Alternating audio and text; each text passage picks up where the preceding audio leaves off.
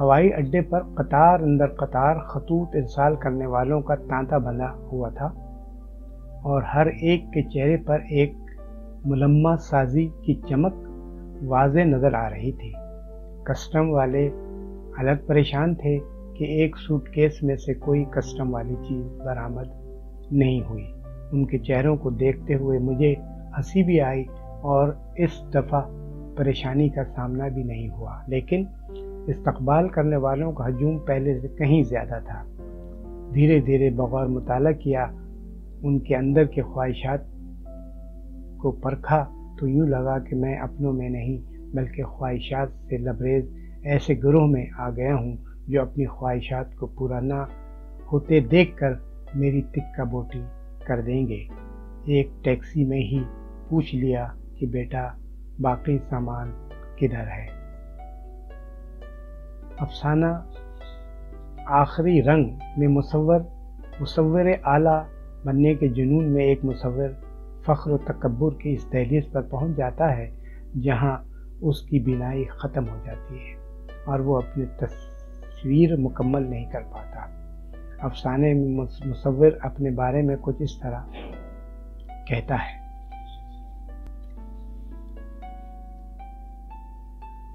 میں پکاسو نہیں ہوں، مصور ہوں۔ میری اپنی ایک شناخت ہے، میری اپنی محبت ہے۔ بابو جی، میں آپ کا نام روشن کرنا چاہتا ہوں، پکاسو کی تقلید نہیں کرنا چاہتا۔ ہمارے ملک میں کتنے ایسے مصور ہیں جن کی قابلیت اور فن کو کچل دیا جاتا ہے اور ان پر دباؤ ڈالتے ہوئے انہیں دوسرے مضامین پر راغب کیا جاتا ہے۔ کتنے ایسے طلبہ طالبات ہیں جو فن مصوری کے دلدادہ ہیں، لیکن ان کو پنسل کے بجائے قیمتی قلم تھما دیا جاتا ہے تاکہ وہ معاشرے میں اپنی من مرضی کی زندگی بسر نہ کر سکیں، اور یہ سب کچھ وہ اوپر والا دیکھ رہا ہے، وہی اس کائنات کا ذمہ دار بھی ہے۔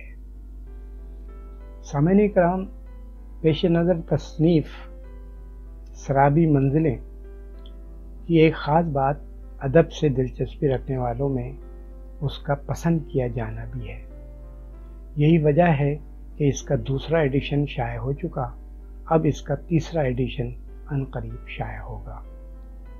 اس مجموعے کی ایک انفرادیت اور خصوصیت یہ بھی ہے کہ اس کا انگریزی ترجمہ ایلوژن آف ڈیسٹینیشن کے عنوان سے محترمہ نوشی قیصر سحر بہترین پیرائے میں کر چکی ہیں۔ سحر خود بھی افسانہ نگار و کالم نگار ہیں اور شاعری سے بھی دلچسپی رکھتی ہیں۔ وہ بشیر شاد کے زیر نگرانی اردو ادبی گروپس میں سخنور اور پنجابی سنگت کی منتظمہ بھی ہیں۔ سرابی منزلیں کی ایک خصوصیت یہ بھی ہے کہ اس کی تقریب رونمائی 23 مارچ 2017 کو سفارت خانہ اسلامی جمہوریہ پاکستان ایتھنز یونان کے عظیم الشان پروگرام عزت پاب خالد عثمان قیصر صاحب، سفیر محترم، مہمان گراں قدر ذی وقار امجد عزیز ملک، انتہائی خوبصورت پیرائے میں سر انجام پائی۔ سرابی منزلیں کی ایک اور خاص اور اہم بات یہ بھی ہے کہ اس مجموعے کا یونانی زبان میں ترجمہ بہت جلد شائع ہونے والا ہے۔ اتفاق ہے کہ میں نے اسی ماہ اور اسی سال یعنی 14 مارچ 2017 کو اس وقت میں جدہ سعودی عرب میں تھا، بشیر شاد صاحب کے شعری مجموعے پونم پر تبصرہ تحریر کیا تھا۔ یہ تبصرہ پیش نظر تصنیف سرابی منزلی میں شامل ہے۔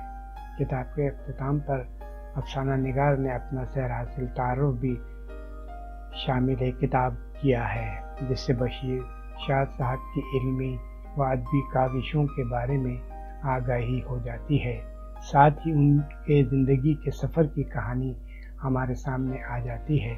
تعارف کے حوالے سے اپنی بات احمد فراز کی غزل کے ایک شعر پر کرتا ہوں۔